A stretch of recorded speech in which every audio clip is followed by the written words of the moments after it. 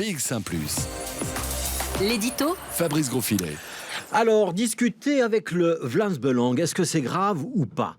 Essayer de former un gouvernement régional avec le parti de Tom van Grieken, est-ce que c'est acceptable ou pas ? Ces questions, elles sont au centre du débat politique depuis vendredi soir en Flandre, depuis que Gwendoline Rutten, ancienne présidente des libéraux flamands, a révélé que Bart De Wever, il y a un petit peu moins d'un an, lui avait proposé de monter dans un gouvernement flamand avec le Vlaams Belang. Alors pour certains, c'est une non-info. De Wever a négocié avec le parti d'extrême droite pendant de longues semaines, rien de neuf. Et pour d'autres, c'est quand même une nouvelle donne. La confirmation qu'entre la NVA et le Vlaams Belang, c'est du sérieux, que ces deux partis n'hésiteront pas à s'associer s'ils en ont l'occasion.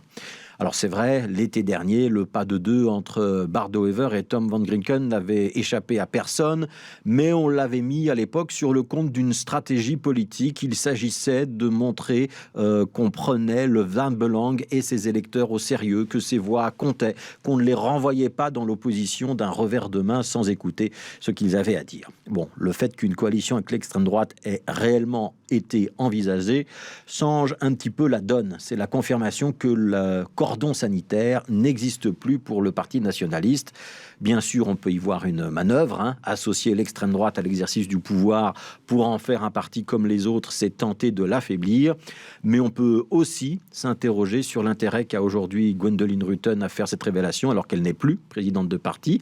Elle n'avait rien dit sur le moment, même si on lui reconnaîtra le mérite d'avoir toujours dit l'été dernier que les libéraux ne gouverneraient jamais avec l'extrême droite.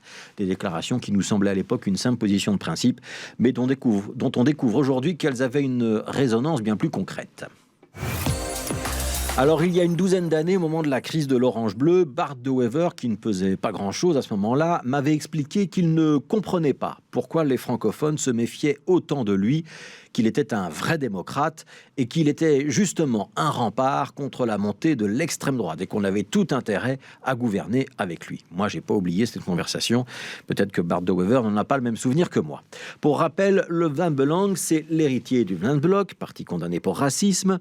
Son but est de créer un État flamand. Il souhaite expulser les immigrés qui rejetteraient ou combattraient la culture flamande et il veut durcir les conditions d'accès à la sécurité sociale. Au Parlement européen, le Vlaams Belang siège dans le groupe Identité et démocratie, avec les partis de Marine Le Pen, de Matteo Salvini, l'AfD en Allemagne, etc.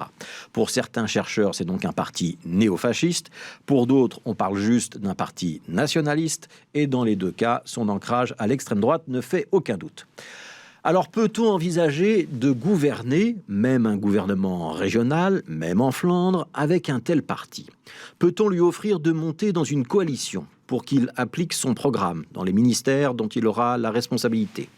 Peut-on lui permettre de nommer des fonctionnaires, de distribuer des subventions ? Peut-on gouverner avec le Vlaams Belang ? La question, elle est vite répondue, nous dirait l'influenceur Jean-Pierre, s'il s'intéressait à la politique belge. Il est propre sur lui, Jean-Pierre, il a un beau costume, une belle voiture, une belle montre. On voudrait justement que faire de la politique ne se résume pas au trafic d'influenceurs.